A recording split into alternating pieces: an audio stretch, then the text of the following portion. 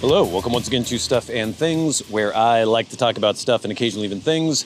I'm your good friend Bradley, and today you see me wearing a replica of an M-1951 Army Fishtail Parka.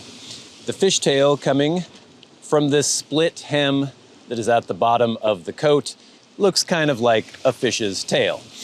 Now this jacket is a replica made by a company called Bronson Manufacturing. They are located in China. And you may think, oh, it's some cheap knockoff, a China product, but it's actually of really good quality. And when I decided to review this jacket, I was initially kind of skeptical, but now that I have it in hand and I've been wearing it for a couple weeks, I have to say this is a really nice replica of the 1951 Army Parka. It's made of an 11.5-ounce cotton sateen fabric. It has brass talon zippers, YKK snaps. It seems as though the people at Bronson really investigated and studied the original M1951 Parka very closely and matched it perfectly to that original Parka. Now, I don't have an M1951 Parka, a vintage Army surplus version, but when I was reading reviews of this coats, I saw that people who had the wool liners, the original vintage Army surplus wool liners that go with these coats, said that they could button them into these newly manufactured replicas made by Bronson, and they fit perfectly. So it seems as though they did a really good job of trying to replicate that original Parka. These Parkas have kind of a long and storied history. They originally came out during the Korean War. The old M1948 snorkel Parka was just not quite up to the task of keeping GIs warm and dry in the Korean theater. And so they revamped it, came out with an M1951. There were several versions. Some didn't have the sewn-in hood. They have a button-in fur-lined hood liner. There is a wool button-in liner that you can get as well. Bronson also makes that, but it hasn't been available for weeks or months since I've been looking at this product.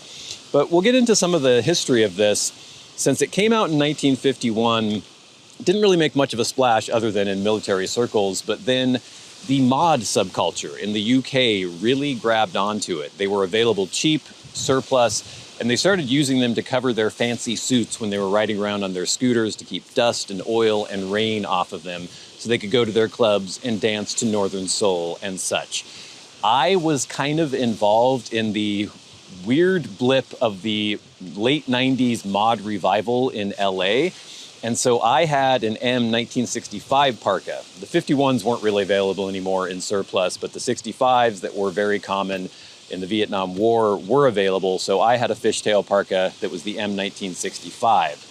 So I've never owned the original M1951, but just from looking at pictures and seeing vintage versions, this seems very, very authentic to those original Parkas. Has two slip pockets in the front, very deep, and they are actually wool lined, which is quite nice. A very warm wool lining here. They have this cool flap, so when you actually close the pocket, it will flap over with a YKK snap closure there. There is a snap closure here, and then a brass talon zipper goes all the way up. Very nice. Like I said, there is an integral hood on this one. It doesn't have the fur lining, but if you had an original vintage hood insert with the fur lining, you could button it into this. This actually does have the buttonholes for inserting that hood lining with the fur. It has a drawstring at the waist so you could cinch it in. It has drawstrings here in the front of the hem, and then in the back where the fishtail goes. And so I guess originally you would wrap those around your leg and tie it together like that.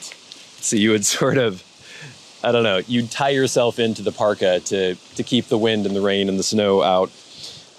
This one is a large, and I know it seems rather voluminous, but that's the size that I supposedly am supposed to take. Bronson, when I had ordered the size, I originally ordered a medium, and they got in touch with me and said, hey, we want to check with you about your sizing. How tall are you? How much do you weigh?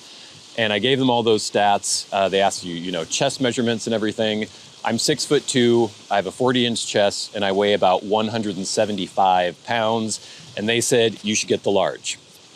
I was kind of skeptical, but I got the large, and I have to say, I think it fits the way a parka should fit. It should be voluminous.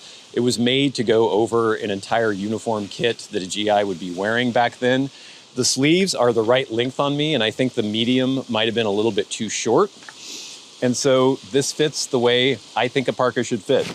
The shoulders do slope over a little bit, but as far as length and everything else, and obviously, you know, I'm recording this in late spring. It's not very cold right now, even though there is rather a chilly wind blowing, and this parka is really good for keeping that off this time of year.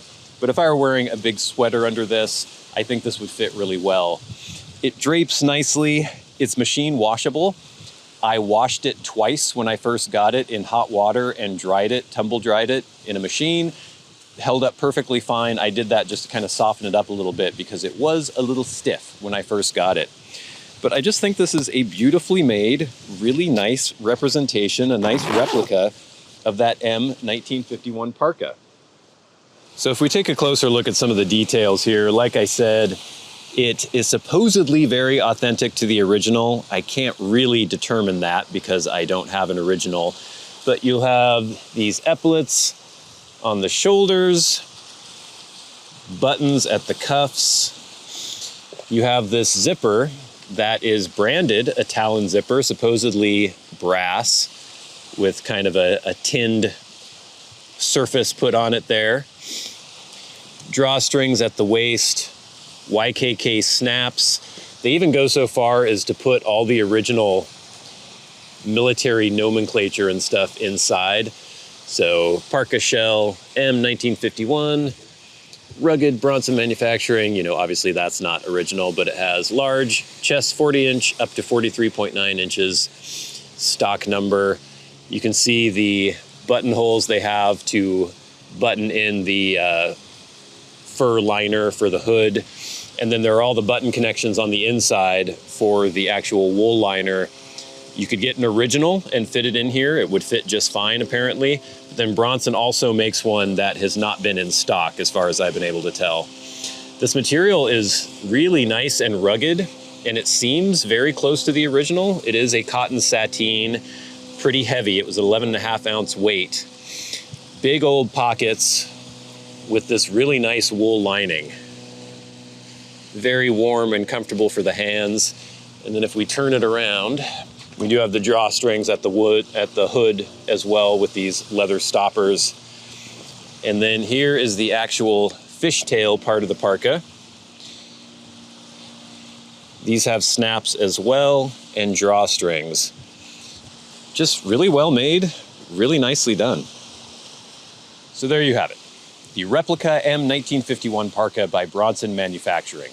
Retails for $189.99 US. And compared to some of the other repros I've seen online, there's the Buzz Rickson that's really popular. It's made in Japan. They go all out as far as authentic materials and just, you know, trying to make it perfect to the original. Those ones go for about $500. And even though I'm sure this one isn't quite as perfect as the Buzz Rickson is, it's still a really high quality jacket.